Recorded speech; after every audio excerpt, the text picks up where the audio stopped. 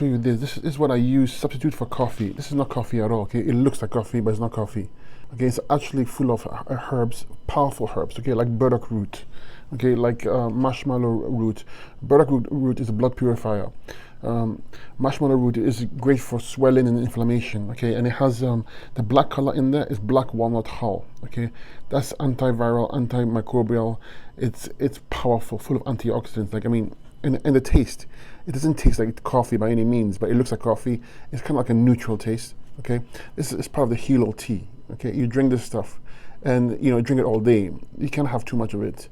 It also has a bit of other herbs in here. Include like comfrey leaf. Okay, this comfrey leaf. When you have a broken bone, you put comfrey leaf on the broken bone. It's a good way of healing it. Okay, there's a bit of white oak bark as well. Great for pain management. Okay, great stuff in here. It's tea, regular tea. Perfect.